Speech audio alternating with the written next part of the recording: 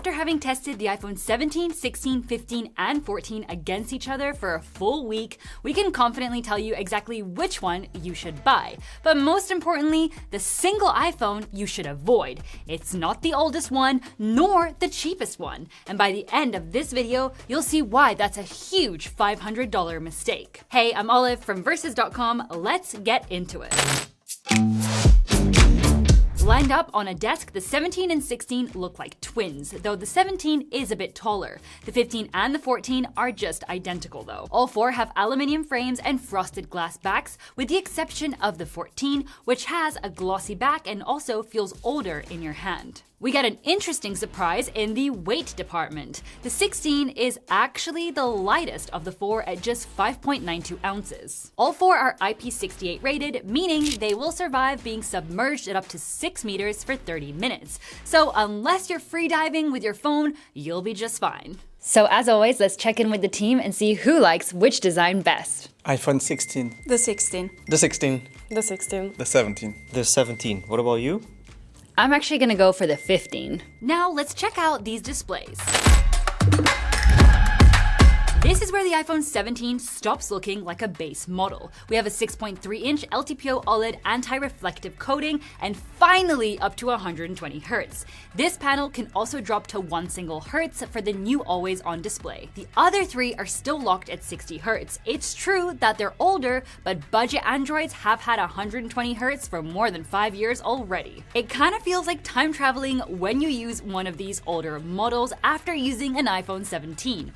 All content on the screen feels rather choppier no matter the app. In our 100,000 lux sunlight test, the 17, 16, and 15 all landed at around 1,100 nits. The iPhone 14 stayed noticeably behind at just 856 nits. Face ID lives in the sleek dynamic island at the top of the display on the 17, 16, and 15, whereas the iPhone 14 still has that big old notch. If you need a minute to check out more screen specs, pause the video here. So taking this into account, the iPhone 17 scores the most obvious win when it comes to the display. But are the speakers also great on the 17? Let's check it out. All four of these iPhones have stereo speakers. Take a quick listen, but keep in mind that recorded speaker audio usually differs from what you'll actually hear in person. Smoking on his eye, swear really got me fried. I've been through a lot, I swear it helps me clear my mind. We put some work on the streets, we in overdrive. Saving 30% just to pay the fines. Only hit my phone if you need a 3.5. We're making business moves, everyone is justified. My old lady dialed me up like when you coming home. I'm a man in these streets is my home. Out of the group, the iPhone 17 and 16 are the best of the bunch, with great clarity and punchy bass. The iPhone 15 and especially the 14 lack a bit of bass and sound rather flat in comparison. Now it's time to check out the cameras. This is the section a lot of you came here for, and there's more going on than what the specs sheet might suggest. The iPhone 17, 16, and 15 all share the exact same 48 megapixel sensor with an f1.6 aperture. The iPhone 14 sticks with an older 12 megapixel sensor and an f1.5 aperture. So we have 3 generations with the exact same hardware here. In daylight, photos from the 3 newer iPhones are hard to tell apart. Where they differ is in the processing. The 17 handles HDR more effortlessly with fewer crushed shadows and more detailed highlights. The iPhone 14 is the opposite. With less resolution to work with, it tends to blow out highlights in bright scenes. Indoors, under mixed lighting, it also takes noticeably cooler shots and skin tones can look waxy. It's not bad, but it's clearly showing its age. The iPhone 17 gets a 48 megapixel ultra-wide, the same sensor that lives in the iPhone 17 Pro. This is where the iPhone 17 takes a huge advantage over the rest. For example, crop into an iPhone 17 shot and you still have usable detail. Good luck getting that detail on the 14. So for landscape shots, group photos, or anything you might want to crop later, the 17's ultra-wide is in a different league. Indoors, all 4 show some noise, but the 17 stays the cleanest overall. The 16 is close behind, whereas the 15 produces the softest results, and the 14 has the coldest white balance of the bunch. None of these have a dedicated telephoto lens, so everything past 1x zoom is a digital crop. crop. Apple claims optical quality at 2x zoom, but that's just marketing. All crop on the sensor. Though, being fair, the 48 megapixel camera on the 17, 16, and the 15 still allow for rather sharp shots. The iPhone 14 looks visibly softer given its weaker 12 megapixel main camera. At 5x zoom, the newer 3 deliver shots usable for social media, but the 14 looks rough altogether. At 10x zoom, the quality just goes out the door. The 17, 16, and 15 still pull recognizable detail, whereas the iPhone 14 doesn't even offer the zoom level. All 4 can shoot portraits at 24 megapixels by default, but the edge detection sets them apart. The 17 nails fine details like hairs and glasses frames, while the 16 isn't bad either. The 15 occasionally smears edges where hair meets background, while the 14 is pretty much the worst, and it also can't take portraits at 2x digital zoom. The other 3 give you that flexibility, which is the framing that most resembles professional camera shots. For video, all max out at 4K 60 FPS, however, for our comparisons, we always use 4K 30 FPS. In daylight, video on the 17, 16, and 15 looks remarkably similar. Honestly, side by side, you would struggle to tell them apart. The 14 picks up more lens flare and has slightly less dynamic range, but for casual videos, it's still totally usable. Cinematic mode runs on all 4 at 4K 30 FPS. Background blur on the 17 and 16 looks the most natural, with the most precise depth detection. The 15 holds up well, whereas the 14 is the only one where the blur effect occasionally glitches, usually around hair. In ultra-wide video, we have another big gap in quality. The 17 and 16 capture noticeably more shadow detail with cleaner skies and better looking building facades. The 15 looks slightly compressed, but the 14 is the softest of the 4, and you can really see it in dark areas. The iPhone 17 introduces a new 18 megapixel square sensor. The iPhone 16, 15, and 14 all stick with the same 12 megapixel front cam Apple has shipped for years. The 17 square sensor brings 2 practical wins. You can shoot vertical or horizontal selfies without rotating the phone as the camera crops out the extra part of the sensor. But the most important upgrade is the dramatically wider field of view. Overall, in low light scenarios, the 14 goes noticeably soft and colors look super cold, whereas the 17 and the 16 hold skin tones better. For selfie video, all 4 hit 4K 60 FPS. Despite the 17 having a different sensor, the quality is closer than you'd expect compared to the older models. That shows a big part of image processing is in the software. So now let's test out the audio coming from all of these devices, and we'll start off over here with the iPhone 14. What do you think? How do I sound over here? We're gonna go through all models and see if there have been any improvements throughout the years. So let's move on to the iPhone 15. Is it any better than the 14? I'm in a relatively busy area, so how's it handling that? Then we move on to the iPhone 16. Any better than the other 2? Do I sound any different? What do you think? And finally, we come to the newest iPhone 17, and have there been any major improvements? What do you think? As always, let's talk about it.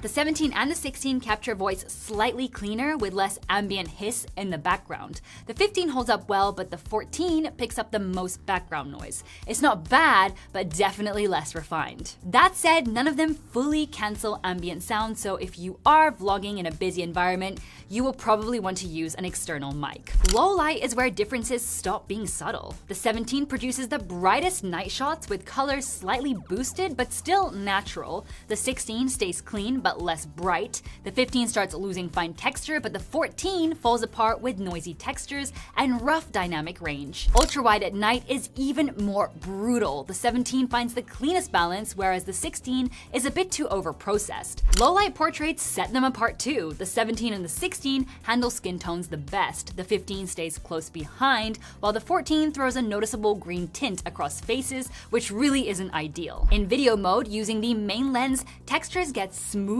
across all 4. Even so, the 17 controls highlight bloom the best, with the 16 looking rather similar.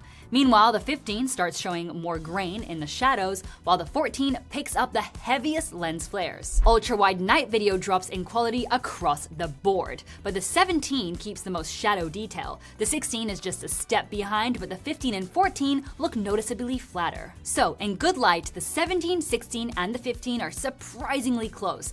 They do share the same main sensor after all. The iPhone 14 is the only one that visibly falls behind, especially once the lighting gets challenging. But what puts the iPhone 17 in another league is not the main camera. It's every other lens, like the better ultra-wide sensor pulled from the Pro lineup, the redesigned selfie camera, and the improved low-light performance. So if cameras are your priority, the 17 is the clear winner. Now let's take a look at performance. I hope you remember that we said there is one iPhone model you should completely avoid, and in this category it might start becoming clear which one it is. Here's a quick breakdown of all the important performance bits, plus available storage configurations, types, and USB standards. To really see what these phones can do, we did some real-world testing. We started with gaming. In Grid Legends, the iPhone 17 showed the best results since it can top at 40 FPS. However, it got quite warm together with the iPhone 16. The 17 was also the best in Wuthering Waves with maxed out graphics. This time around, the 16 definitely got much warmer than the rest. Moving on, we exported 99 photos in Lightroom, and interestingly, the 16 was the quickest of the bunch. When we exported a 1-minute 4K 30 FPS video in CapCut, it got even weirder, with the 17 being the slowest one and the rest matching times. For benchmarks, in Geekbench 6, we get incremental scores with each generation, and a noticeable jump in performance from the iPhone 15 to the 16. In 3D Mark's Wildlife Extreme Stress Test, we have once again incremental scores with the 17 coming up on top. For context, there's a 28% decrease in performance between the best and lowest loop on this iPhone. Finally, in Antutu, the iPhone 17 breached the 2 million points barrier in this benchmark. So, as you can see, if you only care about performance, the iPhone 17 is indeed the one to get. The 16 is a good option, but we noticed some overheating. The 15 and 14 are still smooth for most tasks, but they start showing their age. Now, let's dive into the software side of things. All four run the latest version of iOS 26 and are slated for roughly 7 years of updates. This means even the iPhone 14 will stay updated until 2029. Now, the AI wave basically drew a line splitting these iPhones apart, the ones built for AI and the ones that stay in the past. The iPhone 17 and 16 get full Apple intelligence, the smarter Siri with ChatGPT integration, visual intelligence, photographic styles, the cleanup tool, and the Playground app. The iPhone 15 and 14 stuck with the old basic Siri that still answers half of your questions with "here's what I found on the web." But the list of missing features on the older models grows every single year, and every new iOS feature Apple builds for the next 5 years is going to be designed for Apple Intelligence first. So the 15 and 14 are still being updated, but don't expect any smart features for them. The good news is that the new Liquid Glass interface does run on all four, so at least the user interface is identical on all. But now let's move on to our last category. The iPhone 17 has the biggest battery here at 3,692 mAh. Apple still doesn't publicly list wired charging speeds, but for wireless charging, they hit 25 watts on the 17 and 16 and 15 watts on the 15 and 14. While all these iPhones support reverse wired charging, this is limited to MagSafe power banks. But this is something not everyone thinks about when getting a secondhand iPhone. The battery clock started ticking the day someone else opened the box. That cheap $450 iPhone 14 is running a 2.5-year-old battery. So if you need a battery replacement later, that's about $100 at Apple, so consider that before jumping on a deal. To test real-world endurance, we calibrated all screens to 500 nits and turned off all battery-saving features. We then ran our 9-app loop, which includes social media scrolling, 4K video recording, web browsing, navigation, gaming, video and music streaming, plus video calling and a bit more video recording and gaming. Unsurprisingly, the older iPhone 14 was the first to go, but the iPhone 16 surprisingly only lasted 3 minutes more. The iPhone 15 interestingly lasted 8 hours and 22 minutes, while the 17 was the winner with over 11 hours. We used a 100 watts brick for charging, and the 17 fully charged in 1 hour 14 minutes. The iPhone 15 was the second fastest at 1 hour and 41 minutes, while the iPhone 14 finished at 1 hour and 48 minutes. Oddly, the iPhone 16 was the slowest, taking 1 hour and 53 minutes, showing it has the worst battery life and also the longest charging times. Okay, time to finally reveal which one is the iPhone you should never buy.